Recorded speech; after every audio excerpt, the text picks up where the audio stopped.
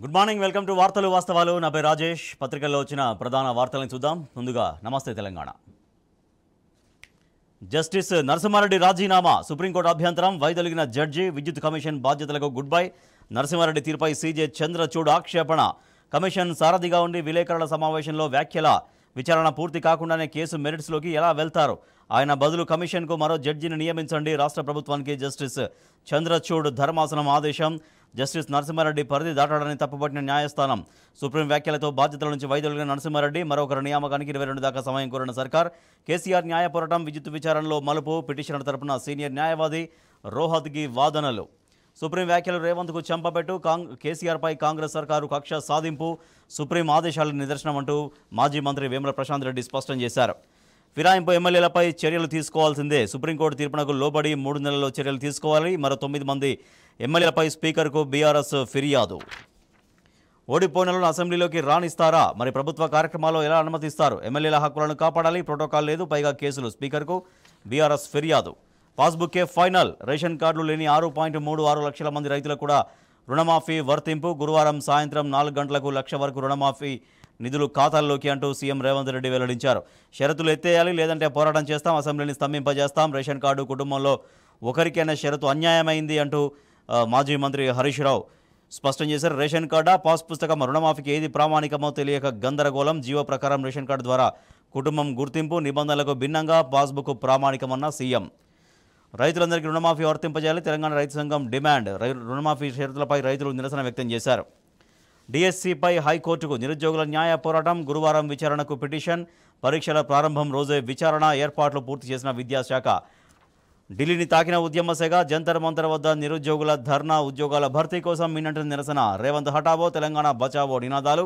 రాహుల్ గాంధీ ఇంటి ముట్టడికి సన్నాహాలు. డిమాండ్లు నెరవేరేదాకా ఢిల్లీలోనే పోరాటం.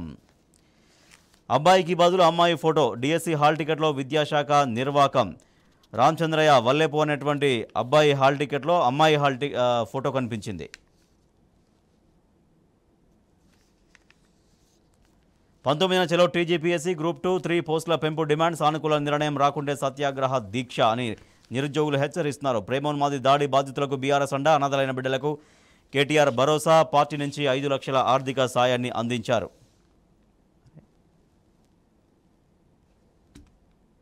నిన్న ఎలుక, నేడు పిల్లి. పెరుగు తాగిన మార్జాలం. జేఎన్టీయూహెచ్లో ఘటన. హాస్టల్ దుస్థితిపై ఎక్స్లో విద్యార్థుల పోస్టు. ఎలుక కోసం పిల్లి అంటూ కేటీఆర్ ట్వీట్. పూరి జగన్నాథ్ మళ్లీ అదే పైత్యం. నాడు తెలంగాణ ఉద్యమంపై అక్కసు, నేడు రాష్ట్ర సాధకుడిని కించపరిచే యత్నం. కల్లు కాంపౌండ్ పాటలో కేసీఆర్ మాటలు. తెలంగాణ అంటేనే మందు కొట్టుడు అనే పిచ్చి భావన వచ్చేలా చిత్రీకరణ. దీనిపైన తెలంగాణ సమాజం తీవ్రంగా ఆగ్రహం వ్యక్తం చేస్తోంది. జోగినిలు, శివసత్తులపై దాడులు దేశ చరిత్రలో లేదు. దాడికి నిరసనగా మహంకాళికి బోనం తీసుకురాం. జోగిని శ్యామల వెల్లడి. ఆలయాలపై ప్రభుత్వ పెత్తనమేలా. ఆదాయం వస్తున్నా, వసతులు సున్నా. భక్తుల కానుకల ద్వారానే మొత్తం నిర్వహణ. అయినా సర్కారు ఆజమాయిషీపై విమర్శలు. వైద్యుల కోసం రోగుల పడిగాపులు. సకాలంలో వైద్య సేవలు అందక వరంగల్ కాకతీయ సూపర్ స్పెషాలిటీ హాస్పిటల్లో రోగులు అవస్థలు పడుతున్నటువంటి దృశ్యం చూస్తున్నాం. వైద్యుల కోసం వేచి చూస్తున్నారు. మొత్తం గర్భిణీలు కావచ్చు, ఇంకా మిగిలిన రోగులందరూ కూడా అక్కడ కింద కూర్చొని వెయిట్ చేస్తున్నారు డాక్టర్ల కోసం. నాడు జలకళ, నేడు ఇసుక దిబ్బలతో వెలవెల. కేసీఆర్ ప్రభుత్వం ప్రతిష్టాత్మకంగా నిర్మించిన కాళేశ్వరం ప్రాజెక్టుతో నిరుడు చెక్ డ్యాంలు నీటితో కలకల్లాడాయి. కానీ ఇవాళ కాంగ్రెస్ సర్కారు తీరుతో కాళేశ్వరంలో మోటార్లు నడిపించకపోవడంతో చెక్ డ్యాంలో నీళ్లు లేక ఇసుక దిబ్బలుగా వెలవెలబోతున్నాయి. హైదరాబాద్లో ఈ హత్యలేంది? తరచూ కాల్పులు ఎందుకు జరుగుతున్నాయి? డయల్ 100 స్పందన ఎందుకు పడిపోయింది? 2 నెలల్లో పోలీసింగ్ వ్యవస్థ గాడిన పడాలి. నగర సిపి కొత్తకోటకు సీఎం రేవంత్ రెడ్డి తలంటూ. డ్రగ్స్ కట్టడిపై సందీప్ షాండీలకు ప్రశంసలు.